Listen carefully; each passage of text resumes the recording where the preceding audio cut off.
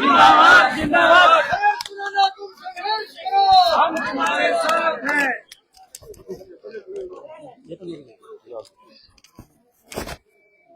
बहुत बहुत धन्यवाद।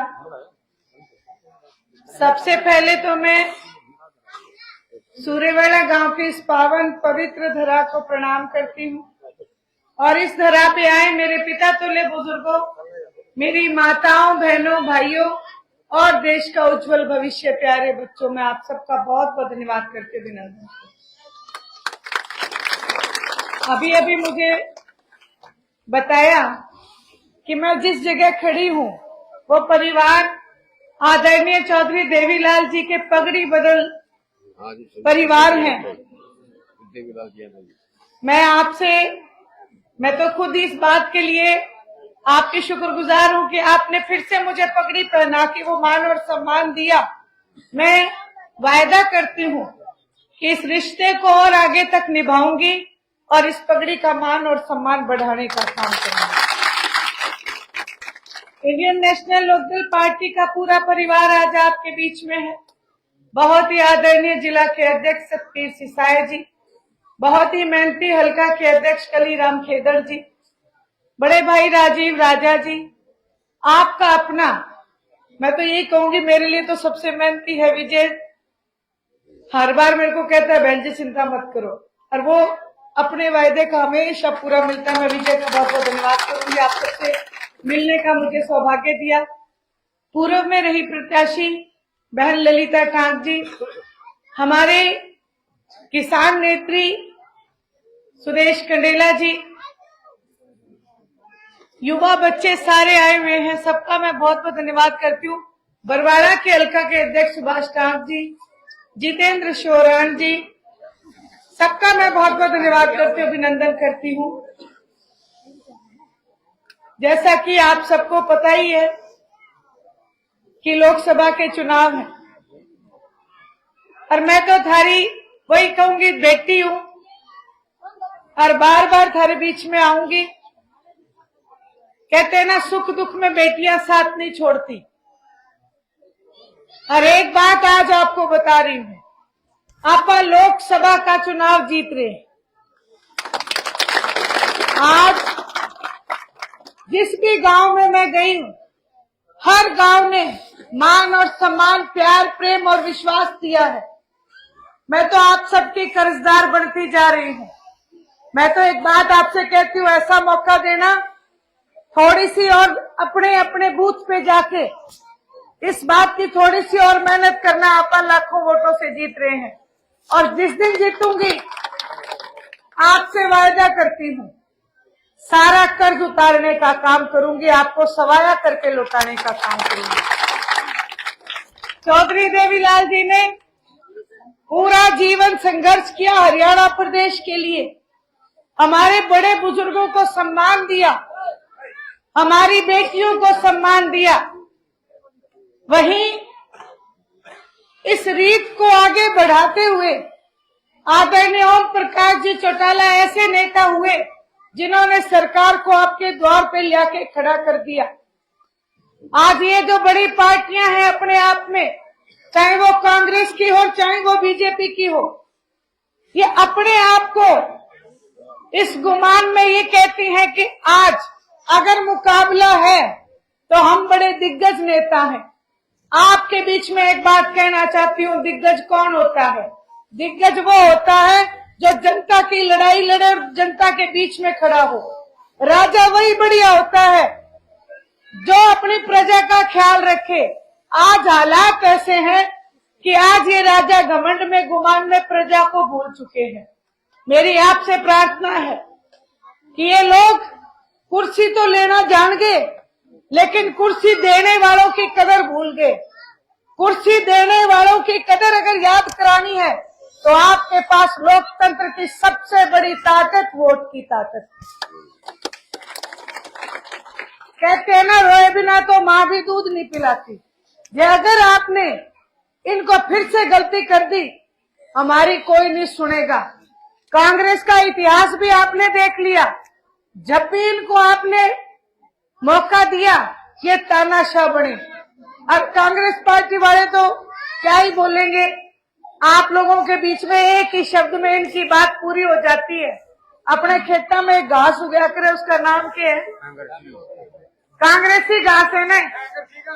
कांग्रेसी घास इसलिए दे रहा था क्योंकि कांग्रेस पार्टी भी तानाशाह थी। और यहाँ मैं खड़ी होकर एक बात और आपसे कहना चाहती हूँ, पंचग्रामी को आज जो कांग्रेस पार्टी का उम्मीदवार है जयप्रकाश जी, पंचग्रामी को ललकारा था। कभी आप लोगों को याद होगा कि भाई ये लाइन खींचती, इस लाइन के इस पार आके दिखा देना। तो मैं आपसे आज एक प्रार्थना करके जा रही हूँ। एक तरफ तो आपकी अपनी बेटी खड़ी है और एक तरफ ये 3 ऐसे नेता खड़े हैं जिनका कोई भरोसा नहीं। इनका भरोसा इसलिए नहीं, हर 5 साल में ये पार्टी बदल देते हैं, हर 5 साल बाद दूसरी पार्टी से टिकट लेके आ जाते हैं। आपसे वायदा करती हूँ, आपकी बेटी हूँ, आपके बीच में खड़ी मिलूंगी। कई लोग पूछते हैं, कहते हैं कि अगर आपको हमने एमपी बनाया तो आप कौन सी पार्टी के साथ जाओगे? आप बीजेपी के साथ जाओगे या जो इंडिया गठबंधन है कांग्रेस वालों का उसके साथ जाओगे? मैं एक बात कह के जाती हूँ आपके बीच में, चौधरी देवीलाल जी कभी किसी पार्टी के नीचे काम करने नहीं गए। उसी रीत को आगे बढ़ाएंगे। हम किसी पार्टी के नीचे काम करने नहीं जाएंगे। गुलामी करनी है तो आप लोगों की कर लूंगी, मेरा अपना परिवार हो, लेकिन किसी पार्टी की गुलामी करना मेरे खून में नहीं है, ना मैं कर सकती। ये बात मैं आज आपके बीच में बताती जा रही हूँ। ये मत सोचना कि सुनैना एमपी बनी है। आप सब एमपी बने हो और आप सबकी ताकत ही मेरी ताकत है। आपकी ताकत को कमजोर नहीं पड़ने दूंगी, आपका मान और सम्मान बढ़ाने का काम करूंगी।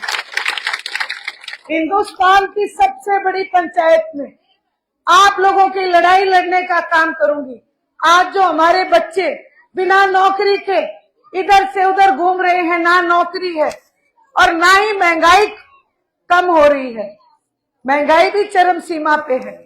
वहीं बुजुर्गों के मान और सम्मान पे भी तलवार लटक रही है। जे गलती होगी इस बार तो सबसे पहले बूढ़ों की पेंशन काटेंगे ये मनोहर लाल खट्टर जैसे लोग। विधानसभा में इनकी चलने नहीं दी अभय सिंह चौटाला ने, नहीं तो इसने तो खड़े होके एक बात कही थी, बोले बूढ़े कौन से नौकरी करे जो इनकी पेंशन हो।